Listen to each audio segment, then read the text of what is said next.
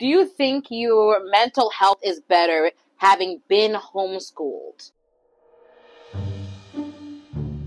Hello, and welcome back to Confessions of a Homeschool Graduate. Many of you guys know me if you've been watching this channel regularly. Holly, my regular co-host, has moved on to other job opportunities, and we're very excited for her. But that means that this is my show now. I'm going to do sort of an interview-style format. I brought in one of my best and oldest friends. This is Emily. Hello. So we've known each other for a very long time. Over 10 years? No, it's been a while. It's longer than that. So our beginning homeschool experiences were pretty different from each other. Yes. Tell me why you started homeschooling. I did go to private school till about 5th grade, and then my dad lost his job, so we couldn't pay for that anymore. So I went into just a homeschool for the rest of 5th grade. My mom somehow was able to find one of the more hybrid kind of programs, the 2 days a week. From about 6th grade till I graduated high school, I did homeschooling. Me, I started homeschooling right around 2nd grade. Mm-hmm. Yeah, I got through 1st grade of public school. Oh. Yeah, I think my mom's exact words were, "I see the light dying in my children's eyes." And I was like, what a good reason to switch up something. We started homeschooling around 2nd grade. We did do the same homeschool program, but we were entirely different locations in middle school. And then at some point, the high schools sort of combined themselves. And that's where we met. We ended up going to the same high school. Yes. We use the word high school very loosely in this place. But you did more of the academic side of it than I did. Yes. So with the program that we did, one day you would have full arts programs, media, photography, choir, theater, anything like that. Mm-hmm. That was all on one day. And then one of the other days of the week, you do like your math and your science, history, that stuff. I think that was good for me because, A, I got 2 days with more people, other kids my age and everything, and with the physical teachers being there. And then the rest of the week did homework and stuff by myself. So I got kind of both sides of the spectrum, I guess. Yeah, because I was only there for the art days in high school. Yes. In middle school, I did more of the academic side, which I think was also different back then. Oh, yeah, probably. I remember getting Latin for some reason. Yeah, I got Spanish in high school, but that was really the only language course that they offered. What was your curriculum like? Because I did all of my curriculum at home. The school that we went to was a little bit more like religion based. It did at least give us somewhat of a normal foundation when it came to the actual like math, science, that kind of stuff. But all of it was at least tinted religiously. But luckily I did, for like science and stuff like that, I did have teachers who made sure that we had all the fundamentals of scientific thought process. Yeah. Which I think is really good because that helped for any outside test you had. What was a base level for everybody. It didn't feel like you were getting like pushed back with, I don't know, like opinion based kind of things. We did our math and science and history and then English as well. Usually it was like a Wednesday or whatever. Yeah. And then any like language courses you also got on that day. And PE, only 1 year. What? Because it was a required thing. And so first class in the morning, you'd have PE. Oh, gross. Why the first thing? I don't know. Since we had to wear uniforms at that school, we luckily got to not wear uniforms. Yeah, no, I got to bring whatever clothes. Because, like, it was half the year it was, like, actual phys ed, and then half the year it was health class. Okay. Which wasn't actually a super helpful health class, but I can imagine. I tutored for a kid who still goes there, and he had health class, and I was like, this is deeply unhelpful information. Yeah, it was more about, like, not getting sick. There wasn't really any, like, reproductive or mental health stuff, anything like that. Their book had it. They skipped that one. Yes. Yeah, we skipped it. I did have psychology 1 year, but again, it was a lot more, like, past theories, and you didn't really get, like, a lot of current information, but like they at least tried a little bit. Yeah. You just kind of wish that there'd be more focus on like current mental health stuff, but I know some places don't even really give you that, so. Right. What do you feel like the pros and cons of like this model was? I liked being able to be with other kids my age, mostly my age. The ages kind of vary a little bit. Homeschooling. We're all just sort of in a room together. Yeah, I also liked having access to physical teachers who I could ask questions. And it was different teachers for different subjects, so it wasn't all just like, hey, Mom, can you help me with this math question? Hey, Mom, can you help me with this? It was a little bit less frustration inducing between only having one other person to kind of like ask all of your questions. So that was really nice. So you did have that little bit of structure. These days, I'm in a physical place for however many hours, having a routine, that kind of stuff. But then also being able to structure like homework and stuff, being able to do that as I wanted to the rest of the week, as long as it got done. Sometimes it didn't, and I was rushing to finish things in study hall the day before or the hour before.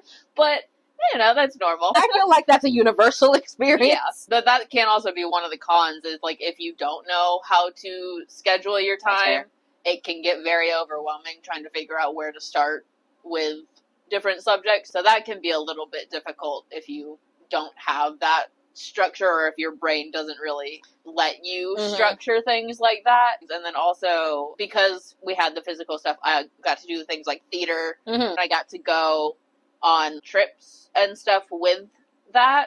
So that was cool. That was a nice thing that I wouldn't have gotten to do with just regular homeschooling. Our school was extremely trip heavy. Yes. We were on a regular schedule of competitions. Yeah. So we were truly always gearing up for something. Because if I remember, like, the schedule correctly, it was the first show of the year. Yes. Bob Jones. Yes.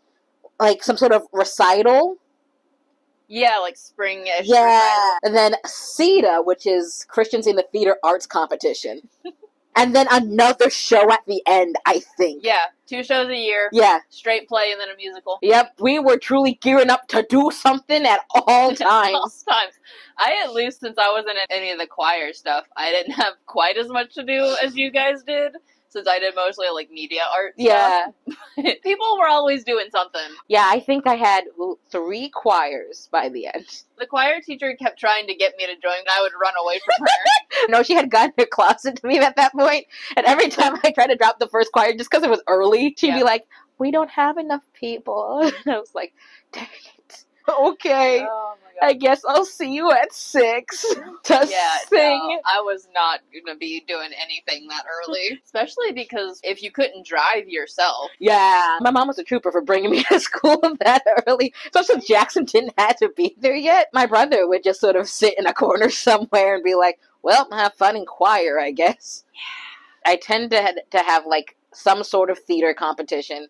Usually musical theater, if not straight theater. And I tended to wedge myself into the regular arts ones. Yeah. Could have been very stressful for anybody who's not arts geared. So that is a tip. Make sure that you're, like, finding places that actually are geared towards you or your kids' needs.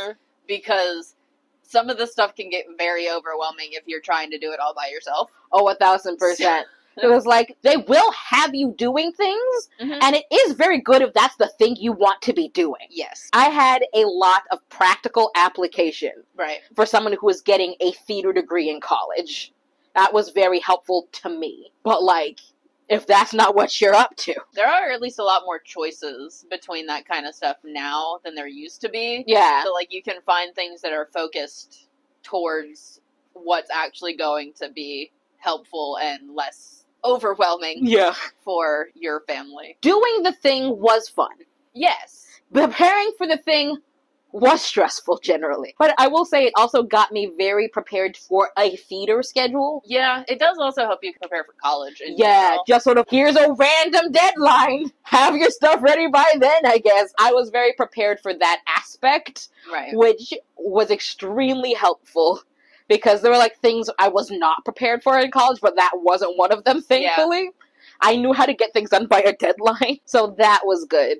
Okay, I have put these all out of order. Did you feel lonely as a homeschooler? Sometimes, yeah. Again, that thing of, like, you don't exactly have people all the time. The times you're doing things by yourself. Yeah. It can get a little bit lonely and everything. It can be a little bit hard to socialize outside of that. You have to, like, make out time to kind of socialize.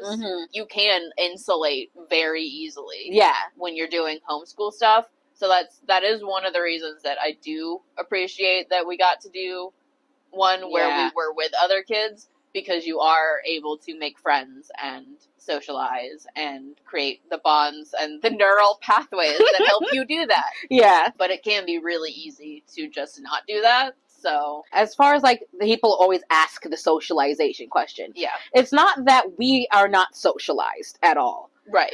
It's that we are first socialized mainly by adults. Yeah. We spend a lot of time with people older than us. Yes. And also, it would be very easy to skip that if it wasn't something you were very intentional about. I get some homeschoolers probably aren't particularly socialized. Yeah. That wasn't us. Right. No, we were together all the time. We were together all the time. If it wasn't school, it was rehearsals or a trip.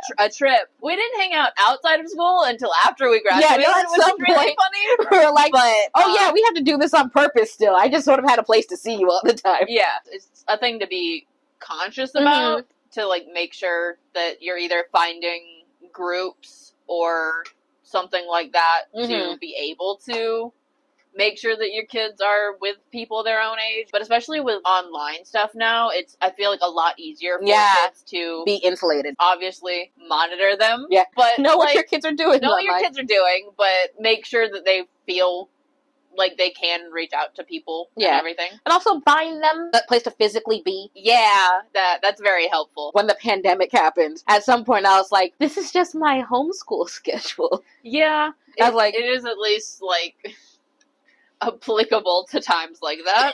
Yeah. The circumstances made it more stressful. Yeah. You at least had the coping skills. Yeah, the coping mechanisms to be like, well, I'm bored and I've only seen my family for 3 days. I know how to deal with that. Yeah. Good or bad, you get the coping skills. Yeah. Let's see. How does homeschooling help with or interfere with sleep schedules? Maybe not the best question for us to answer as people, because we don't have good sleep schedules, period. We're both night inclined, generally. I mean, it can be helpful and it can be hurtful, because you can set your own schedule in terms of if you put something up front when you wake up that you enjoy doing, you are able to do that. You don't have to like wake up and go run a mile at 7:30 in the morning for PE. You can kind of front load with something that'll make it easier for you to get up and want to do it, but it's also very easy to push things off. Very easy. Because you're like, I can do that later, and then it's later, and you're like, oh no. Oh no. Future me's problem is now affecting current me. Yeah. I am future me. Neither of us are morning people. We don't like being anywhere before 10 a.m. Nope. So it was good for us in terms of you didn't have to get up. Yeah. But also, you didn't have to get up. You didn't have to be out of my bed. So. I mean, again, it's just something that you have to monitor. Yeah. Like, I do think it's helpful, especially when you're, like, a teenager. Yeah. You do need the sleep. You need sleep, and also just teenagers' sleep schedules in general are going to be different from adults. Yes. So if you need to be doing things a little bit later, then, like, you can kind of tailor that to when you're up and, like, when you have the energy to do stuff. Mm-hmm. But you also got to make sure that you're scheduling breaks and stuff for yourself. You're not just rushing to get everything done. Like with all things, there's a good side and a bad side. Right. For me personally, I have been a chronic insomniac since always. Right. I don't sleep very much. Mm-hmm. So it was very nice to not have to be somewhere every day. Right. Because what sleep I get is the sleep I get. Please don't wake me up. Did I have to figure out later on in life how to have a normal person human schedule? Yeah. For some people, the schedule is what keeps them regulated. And like some people need that. Yeah. And you can do that in homeschooling, but it's real easy. It's real easy to just decide not to. I feel like there was I think it was junior year, where I set up my computer that I could just turn it around. My desk was at the end of the bed, so I woke up, flipped onto my stomach, turned the computer, and I just never moved. Yeah. I'm like, that's not great. I feel like we had a discussion like about getting homeschool neck at some point. I mean, probably. Yeah. I went to the chiropractor, they did like an x-ray, and they're like, your neck, for some reason you are tilted all the way up. And I was like, that was me flipping onto my stomach and doing my homework. So there's that. I mean, you do kind of have to figure out what your schedule is going to be. Like, it may be the opposite, really, of what, like, actual school is, and that's fine if that works for you. But just, you need to kind of pay attention to your body and your brain and figure out a schedule that's going to work for you. I still haven't quite done that yet, but we try. We do. We try very hard.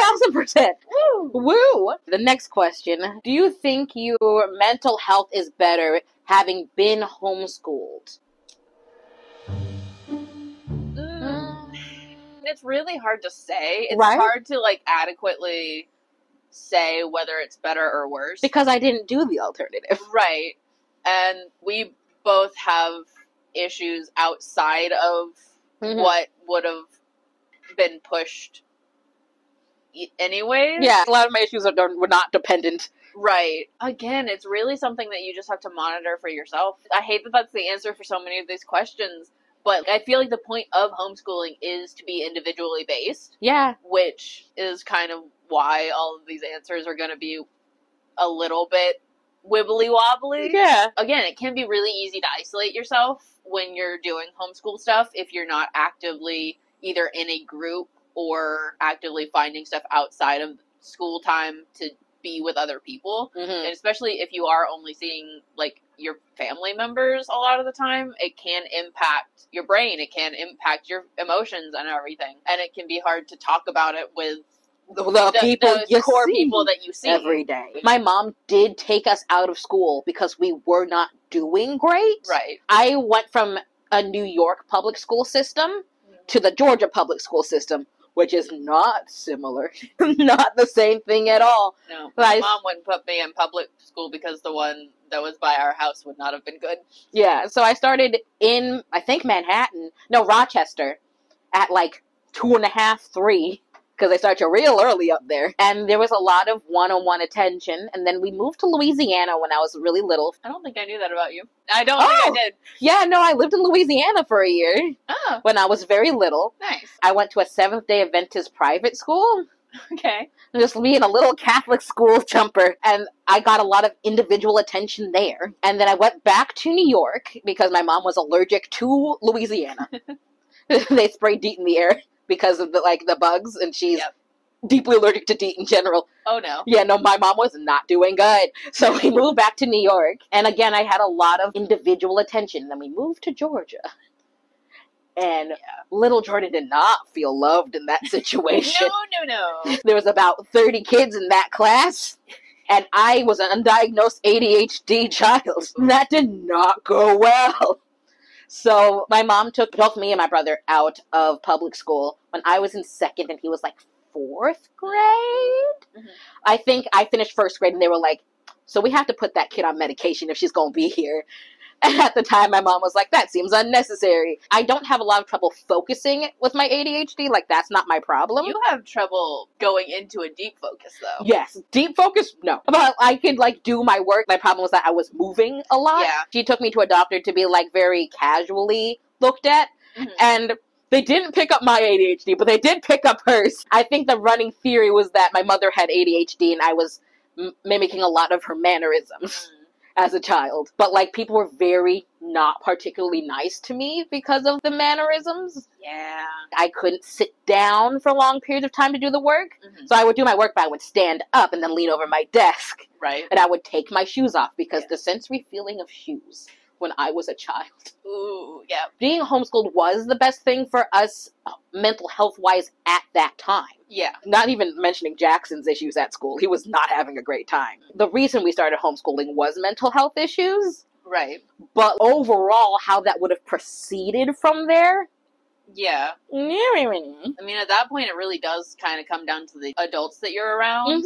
And whether they're paying attention. Yes. Whether you can feel like you can talk to them about any issues that you're having. And then, if they're willing to get you care. Exactly. Well, again, if you're not being very purposeful. Right. When you have such an insular community, it's very easy for people to be they're always like that, shrug. And especially if you're in a group specifically because they're like-minded people, if you all kind of have the same issues, Mhm. you're not going to really think it's out of the ordinary. So, like, make sure you have people from different places and backgrounds around you. It's just hard to catch things that you're used to seeing from a person all the time. Right. You don't see that as an issue. You see that as just like a normal thing. And sometimes it's very nice to have someone go, is that okay? And be like, huh? Wait, should I be questioning that? Should I be questioning that at all? Wait a second. Is this not normal? I guess it's like a tangential answer to the question would be, if you're going into, especially homeschooling, go into it with the mindset of putting the mental health and everything first, making sure that you're not overloading yourself with whatever work you're doing or scheduling, and then take breaks. Yes. I'm sure that in some ways, especially with the school that we were at, because it was a little more like religiously pushing stuff, you didn't really get as much of the mental health, and if you did, it was, but if you pray, you'll be fine. There was a lot of asterisks. I'm sure there was stuff that did kind of push my mental health in a little bit more of a weird direction, but you're gonna really get that anyway, so it's really hard to differentiate between the two. Yeah, I'm gonna need to get a public schooler on, because I'm like, what was that like? Yeah, because I need to know how different. What was a normal schedule like? And was that a help or a hindrance to you? Yeah, because we ask these questions sometimes, and I'm like, I don't know. Yeah, again, it's that I think that's normal.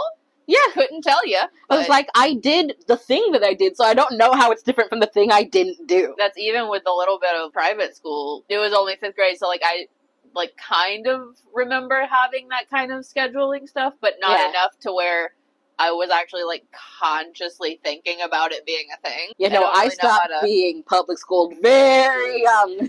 All of that is a far distant memory. I remember field day once, and that's about it. Field day! It was cute. I ran the relay.